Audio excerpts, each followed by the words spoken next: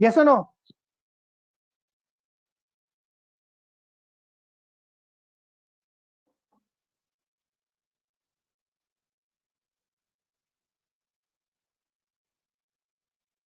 जो सर इस केस में नंबर्स जो होंगे मॉडुलस के अंदर वो असेंडिंग ऑर्डर में भी होने चाहिए ना?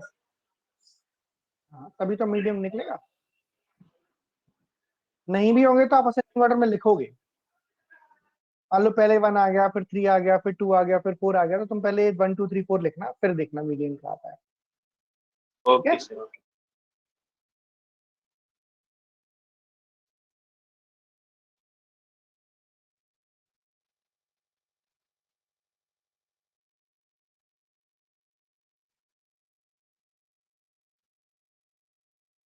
ओके नंदिनी, दिव्यांश, वैभव, कोमल,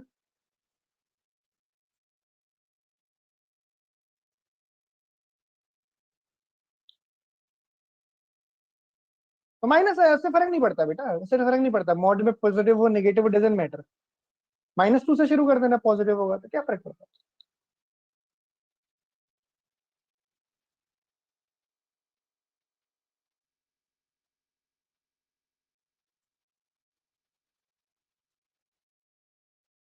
जैसे ये है एक नीचे सवाल,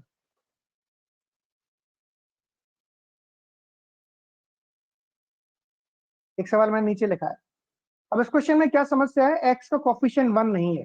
देखो एक्स का कोफिशिएंट यहाँ पर 2 है, यहाँ पर 3 है। तो अभी क्वेश्चन लिखा कैसे, सुनना मेरी बात ध्यान से। इसको हम दोबारा लिखेंगे, क्या लिखेंगे, x f x is equal to x minus 1 mod, फिर twice of x minus 1/2 mod, plus thrice of x minus 1/3 mod. बात समझ में आई क्या हुआ? मैंने बोला था एक्स का कोफिशिएंट क्या होना चाहिए, 1 होना चाहिए। तो हमने 2 बाहर ले लिया, इसमें 3 बाहर ले लिया, पहला स्टेप, पहला हर्डल पार हो गया। अब इसको 0 पुट करेंगे तो एक्स की वैल्यू क्या क्या निकलेंगी बताओ भाई?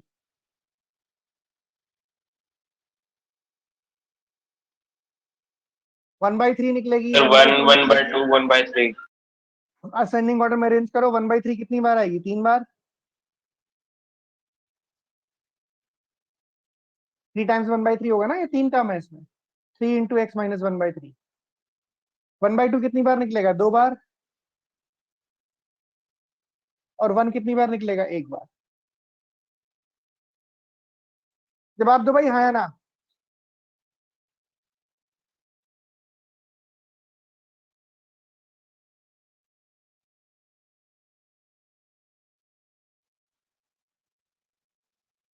एफ एक्स मिनिमम कितने के बराबर होगा? अब इसमें यूनिक वैल्यू तो मिल नहीं रही है, तो एक्स डेफिनेटली 1/3 से क्या होना चाहिए, बड़ा या बराबर, और 1/2 से छोटा या बराबर। कोई भी वैल्यू डालो, चाहे आप 1/3 निकालो, चाहे 1/2 निकालो, सेम वैल्यू निकलेगी। 1/3 डालोगे तो कितना हो जाएगा, 1/3 माइनस 1। बोलो भाई 1/3 माइनस 1 कितना होता है, 2/3 का mod is 2/3, plus twice of 1/3 minus 1/2, 1/3 minus 1/2, 1/6, plus 0।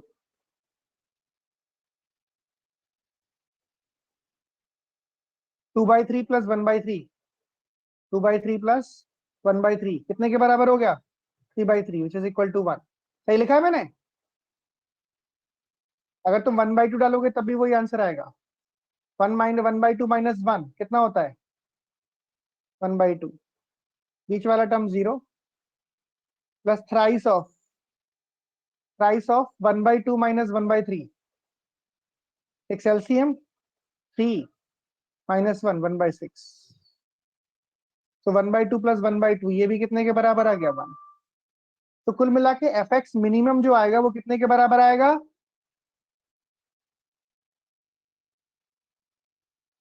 1। Eight x की यूनिक वैल्यू नहीं है, एक्स की वैल्यू कितनी निकलेगी, 1/3 से लेके 1/,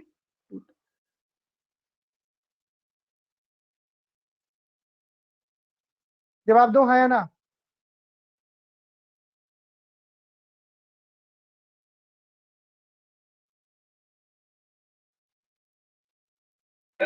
यस सर, क्लियर सर।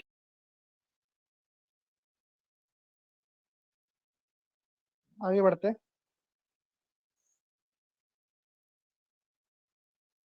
करना ही उसी हैंड आउट का additional question number 4, additional question number 5 है। सर एक मिनट पीछे करना है।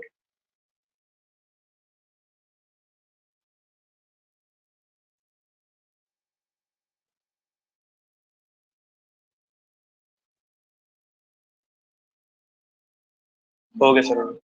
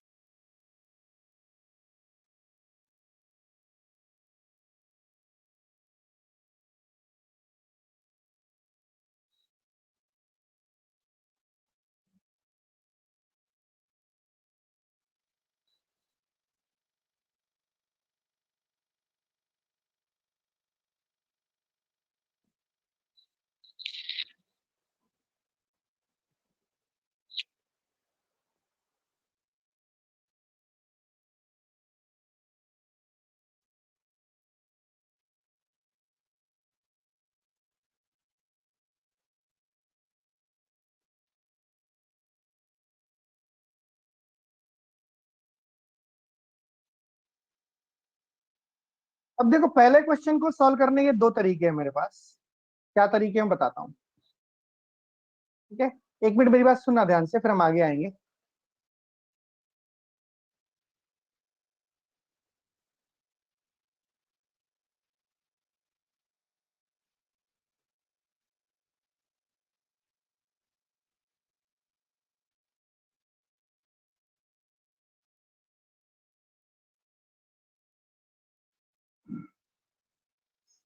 x-7 x-4 x+4 x+7 का मॉड इज इक्वल टू 22 दे रखा है। एक छोटा सा सवाल लेके चलता हूँ, सुनना मेरी बात पहले ध्यान से। x² minus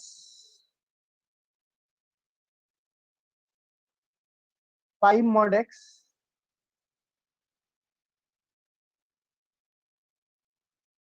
plus 6 is equal to 0। इसको सॉल्व करना है, कितने सॉल्यूशन निकलेंगे?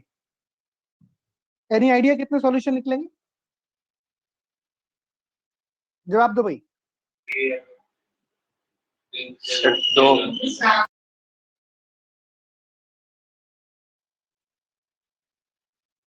कैसे 2 कैसे?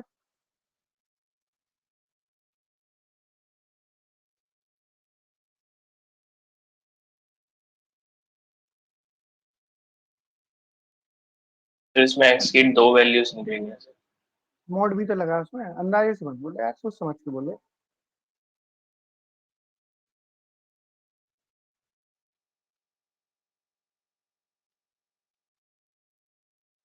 क्या होंगे? 0 solution.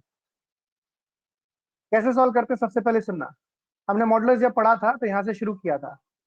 mod of x is equal to x when x is greater than equal to 0, mod of x is equal to minus x when x is less than 0. So I don't know इसमें x क्या है, तो we'll take case 2 cases। पहला case क्या लेंगे? x is greater than equal to 0।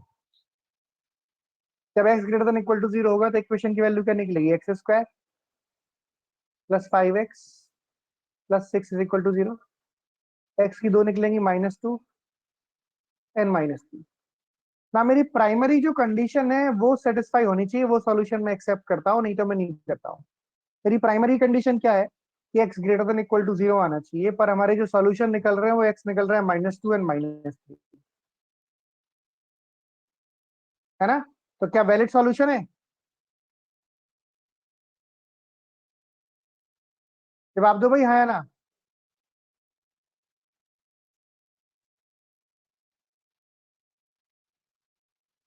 दूसरे case पर आते हैं। जब x लेस देन होगा, लेस देन में कभी भी इक्वल टू नहीं लगता, ध्यान रखना। ग्रेटर देन इक्वल टू होता है, लेस देन होता है।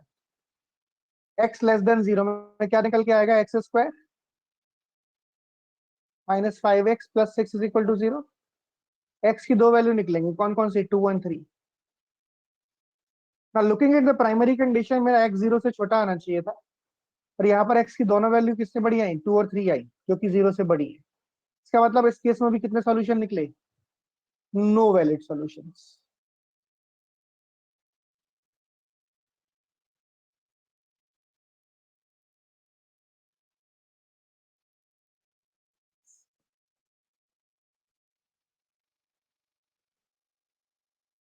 तो हमेशा क्या करते हैं हम, सबसे पहले जो मॉडुलस वाला टर्म है उसको 0 पुट करते हैं, उसके अकॉर्डिंग x की रेंज बनाते हैं, उसके बाद हम आंसर निकालने की कोशिश करते हैं।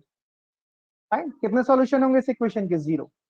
और वैसे बिना देखे भी हम सॉल्व कर सकते थे, एक लाइन में आंसर आ जाता। एक्स स्क्वायर पॉजिटिव होता है, 5 मॉड एक्स हमेशा क्या होगा, पॉजिटिव होगा, modulus of any number is always positive. Negative of negative x होता है ना, इसलिए वो लिख देते हैं हम ऐसे। अदरवाइज में मान लो modulus of magnitude of any number is positive, पर ये भी पॉजिटिव। 3 पॉजिटिव नंबर को जोड़ के 0 कैसे आ सकता है, पॉसिबल ही नहीं है। जवाब दो भाई, हाँ या ना।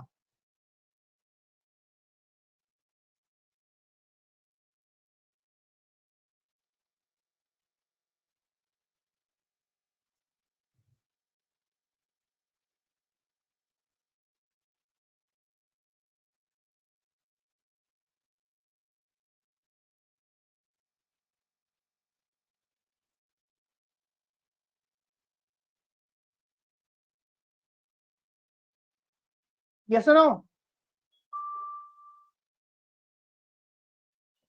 अब जैसे एक क्वेश्चन है, x square minus mod x minus 2 is equal to 0। मान लो इसको मुझे सॉल्व करना है, तो मेरे पास दो तरीके हैं। पहला तरीका क्या है, जैसे मॉड ऑफ, एक्चुअली क्या होता है ना, जो एक्स स्क्वायर है ना, एक्स स्क्वायर, इसका आप मॉड ऑफ एक्स का होल स्क्वायर भी लिख सकते हो।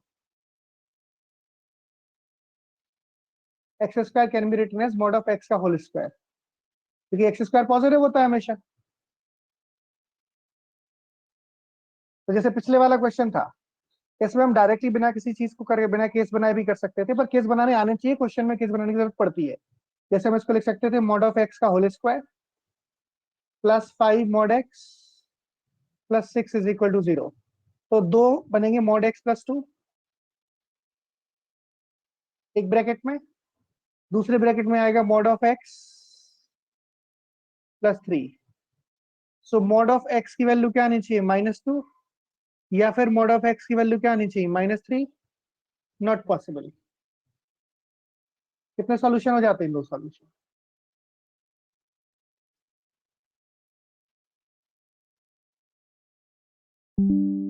इसमें भी हम ऐसे ही कर सकते हैं। इसके भी दो रास्ते हैं। पहला रास्ता क्या है कि हम एक्स स्क्वायर को क्या लिख सकते हैं, मॉड ऑफ एक्स का होल स्क्वायर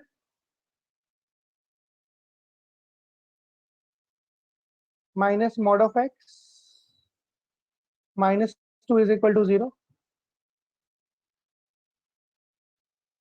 तो इससे एक्स की दो वैल्यू निकलेंगी, क्या निकलेगी, मॉड ऑफ एक्स प्लस 1 एक ब्रैकेट में, दूसरे ब्रैकेट में mod of x -2।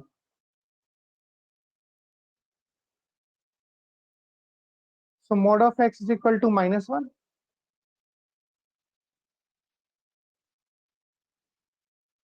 And mod of x is equal to 2। ये तो इनवैलिड हो गया, ये वैलिड हो जाएगा। सो मॉड ऑफ एक्स कितने के बराबर आएगा, -2। मतलब एक्स कितने के बराबर होगा, +-2। +2 भी हो सकता है और -2 भी हो सकता है, चलेगा ये सॉल्यूशन, कोई दिक्कत नहीं है। दूसरा तरीका क्या था, केस बनाने वाला। Case 1, x is greater than equal to 0। Equation बनेगी x square minus x minus 2 is equal to 0। जवाब दो भाई, हाँ या ना। X square -2x plus x -2 is equal to 0। X x -2 plus 1 सीधा लिख दो, एक्स प्लस 1 एक्स -2। तो एक्स की वैल्यू निकली -1 एंड 2। -1 तो वैलिड नहीं है, 2 वैलिड है। This is the only solution valid. Case 2, when x is less than 0 not equal to, less than में हमेशा नॉट इक्वल टू होता है, इक्वल टू का साइन नहीं आएगा। इस केस में इक्वेशन क्या बनेगी, एक्स स्क्वायर, अब ये माइनस हो गया, minus of minus mod x मतलब mod x, -2 is equal to 0। यहां से आप क्या कर सकते हो, x square plus 2x minus x -2 is equal to 0, x plus 2 -1 common ले लेंगे,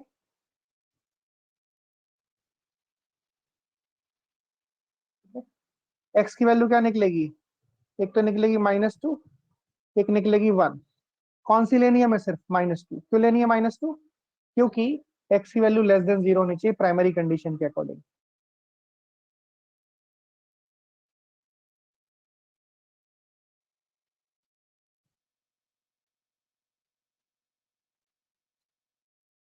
अंडरस्टूड एवरीबॉडी?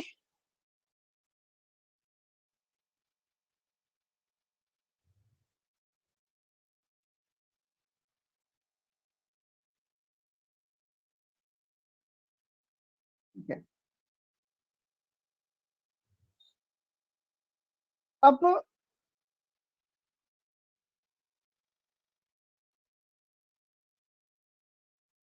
जैसे मैंने ये सवाल करने को बोला था, अब अगर मैं रेंज बनाता हूं इसके लिए सबकी, तो रेंज क्या बनेगी, एक्स इज इक्वल टू क्या क्या निकलेगा बताओ, एक्स इज इक्वल टू निकलेगा 7, एक्स इज इक्वल टू क्या निकलेगा 4, -4 एंड 7। अगर तुम रेंज बनाओगे, सुनना मेरी बात ध्यान से सब लोग भाई, रेंज बनाओगे तो रेंज बनाने में काफी नाटक है। 5 रेंज बनेगी, -7, -4, 4 एंड 7। एक रेंज बनेगी x लेस देन -7, एक बनेगी x greater than equal to -7 less than -4, एक बनेगी x greater than equal to -4 less than 4, एक बनेगी x greater than equal to 4 less than 7, और एक बनेगी x greater than equal to 7। ये मेरे पास रेंज बनेगी सारी, 1 2 3 4 एंड 5। तो ये सवाल करने का तरीका मेरे पास एक तो ये है जो सामने दिख रहा है। इतना बड़ा सवाल कभी एप्टीट्यूड टेस्ट में नहीं पूछा जाएगा, क्योंकि आपको 4 रेंज बना के सॉल्व करना पड़ेगा, 5 मिनट तो कम से कम लग जाएंगे, है ना।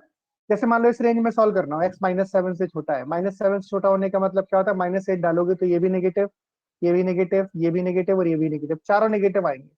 तो कैसे सॉल्व किया जाएगा, मैं सिर्फ एक अंदाजे के लिए बता रहा हूँ, minus of x -7 minus of x -4 minus of x +4 minus of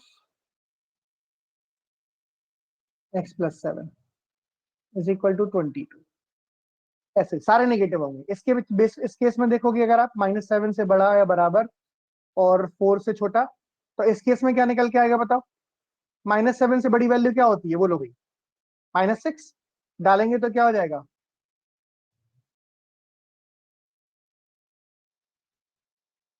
जवाब दो भाई, हाँ या ना। नेगेटिव, -6 डालोगे, -7 से -4 के बीच की कोई वैल्यू डालो, ये नेगेटिव रहेगा, ये भी क्या रहेगा नेगेटिव, ये क्या हो जाएगा पॉजिटिव, और ये भी पॉजिटिव। हाँ जी, जवाब दो हाँ या ना।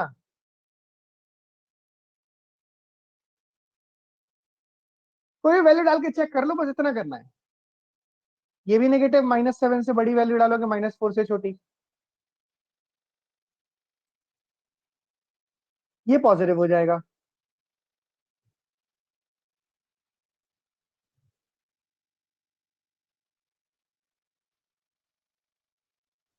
और माइनस ये भी सिक्स से पॉजिटिव। पॉजिटिव कैसे होगा x +4 सर?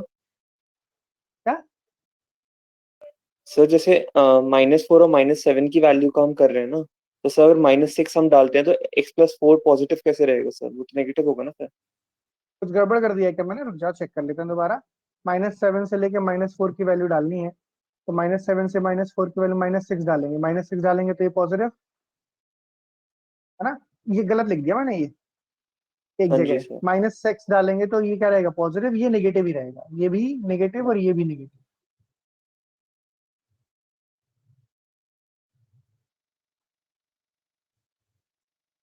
Twenty two. अब इससे जो वैल्यू निकलेगी वो हमें सेटिस्फाई करने की कोशिश करेंगे हम कि इस रेंज में आ रही है कि नहीं आ रही, बस ये करना होता है।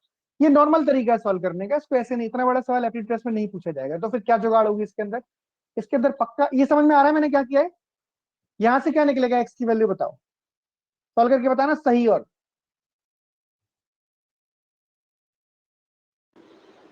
सर ये आपने माइनस की पुट किया उसमें सर? कहाँ माइनस पुट किया है, सर ये माइनस ब्रैकेट के बाहर। नेगेटिव हो जाएंगे ना। अगर तुम रेंज में वैल्यू देखोगे, -7 से छोटी वैल्यू डालो इसके अंदर, तो माइनस डालोगे, -8, -8 -7 negative, -x -8 -4 negative, -8 + 4 negative, -8 + 7 negative, इसलिए बाहर साइड लगाया माइनस। हमने पढ़ा था ना, अगर x मॉड ऑफ x जो होता है वो -x होता है जब x < 0 होता है। तो अगर इस ब्रैकेट के अंदर की वैल्यू नेगेटिव है, इसका मतलब क्या कर दोगे आप, या मॉडुलस के अंदर की वैल्यू नेगेटिव है, इसका मतलब बाहर भी क्या लगा दोगे, नेगेटिव साइड। Okay sir.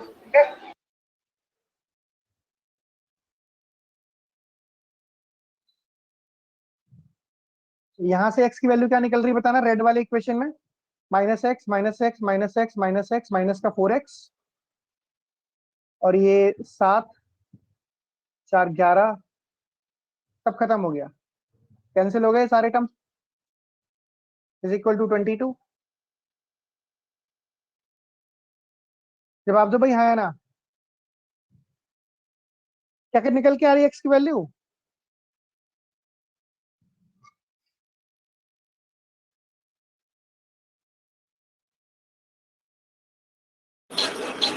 -11/2। -11/2। अब ये बताओ, -11/2 क्या -7 से छोटा है,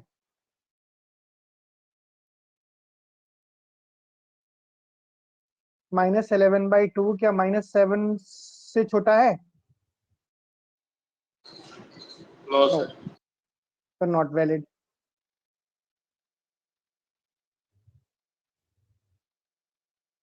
बस यही करना पड़ता है हमें। इस केस में, ब्लू वाले केस में x की वैल्यू क्या निकल के आएगी बताओ। 4 सर। ये क्या -7 से बड़ी और -4 के बीच में है,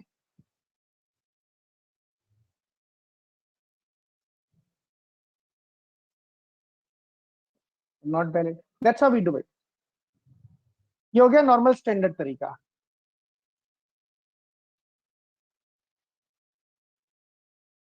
दूसरा तरीका क्या है, अब सुनना, ये डेफिनेटली मैक्सिमम मिनिमम वाले केस को कैटर कर रहा होगा। हम क्या करेंगे, लेफ्ट हैंड साइड में जो टर्म है इसकी मिनिमम वैल्यू निकालो, x -7,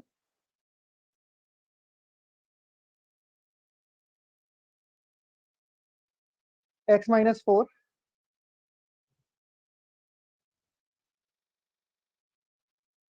x + 4, x + 7, इसकी मिनिमम वैल्यू निकालना कितनी आती है,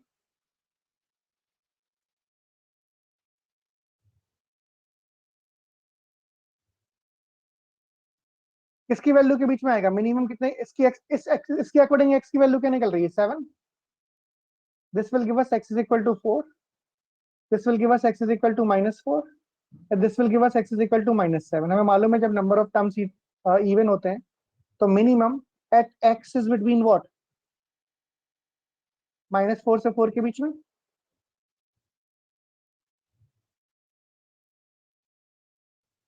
जवाब दो, हाँ या ना। हाँ सर, यही दो टर्म को हम पुट करेंगे ना सर? क्या, सर इन्हीं दो टर्म को पुट करके देखेंगे वैल्यू। एक को चेक करेंगे, दोनों को नहीं करते हैं। टेक्निक वो तो समझाने के लिए किया था मैंने।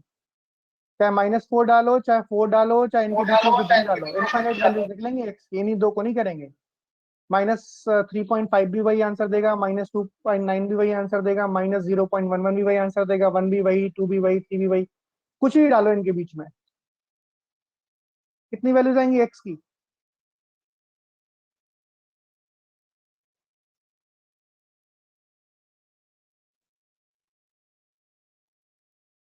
Infinite values. अगर हमसे कोई बोले एक्स की कितनी वैल्यूज आएंगी तो इनफाइनाइट वैल्यूज, क्योंकि एक्स -4 से 4 के बीच में कुछ भी हो सकता है। इंटीग्रल है सर। नहीं, इसकी बात नहीं कर रहा हूँ बेटा मैं, रुक तो जाओ, जनरली बोल रहा हूँ।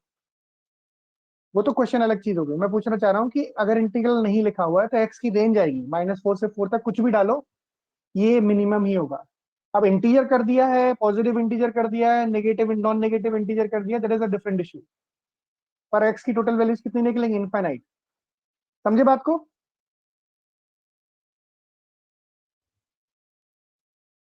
हाँ। अब मुझे मिनिमम निकालना है लेफ्ट हैंड साइड का। मिनिमम कितना निकालेंगे?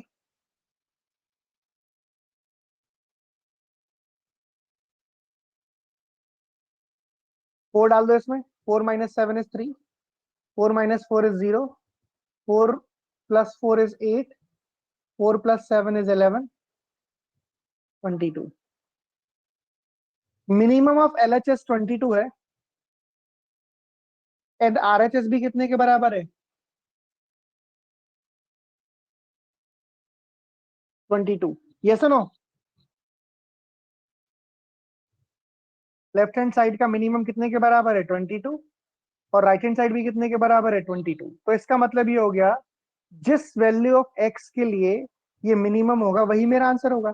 तो मेरा फाइनल आंसर कितने के बराबर हो जाएगा? X is between -4 and 4. If the question is asking for number of values, answer is infinity. If the question is asking for positive integral values,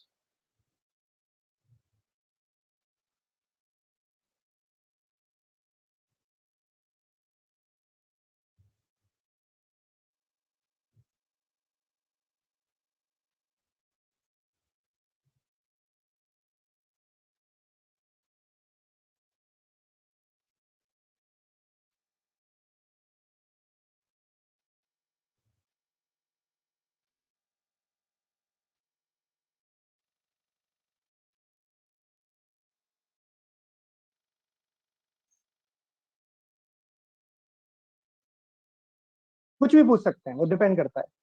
total कितनी वैल्यूज आएंगी? इनफाइनाइट। इंटीग्रल वैल्यूज कितनी आएंगी? 9, -4 से 4 तक, -4 -3 -2 -1 0 1 2 3 4। पॉजिटिव इंटीग्रल वैल्यूज कितनी निकल के आएंगी? 1 2 3 4। पूछा जाता है नॉन नेगेटिव इंटीग्रल वैल्यूज कितनी निकल के आएंगी, बताओ?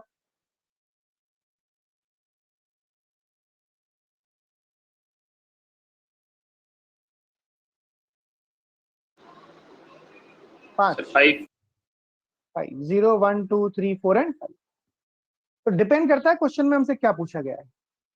तो ये जो इतना बड़ा टर्म दे रखा है कैट में, कभी भी इतने बड़े टर्म में आपको ये बात की 100% गारंटी है कि रेंज बना के सॉल्व नहीं करना पड़ेगा। रेंज बना के अगर सॉल्व करने की जरूरत पड़ेगी तो उसमें 1 या 2 मॉडुलस होंगे मैक्सिमम, इससे ज्यादा मॉडुलस नहीं होते। ठीक है, इतना ऐसे सॉल्व करने के लिए कभी जरूरत नहीं पड़ेगी आपको। पेपर में ऐसा सवाल पूछेंगे तो हमेशा मैक्सिमम मिनिमम पर बेस्ड होगा। यस। सर स्लाइड पीछे करना सर।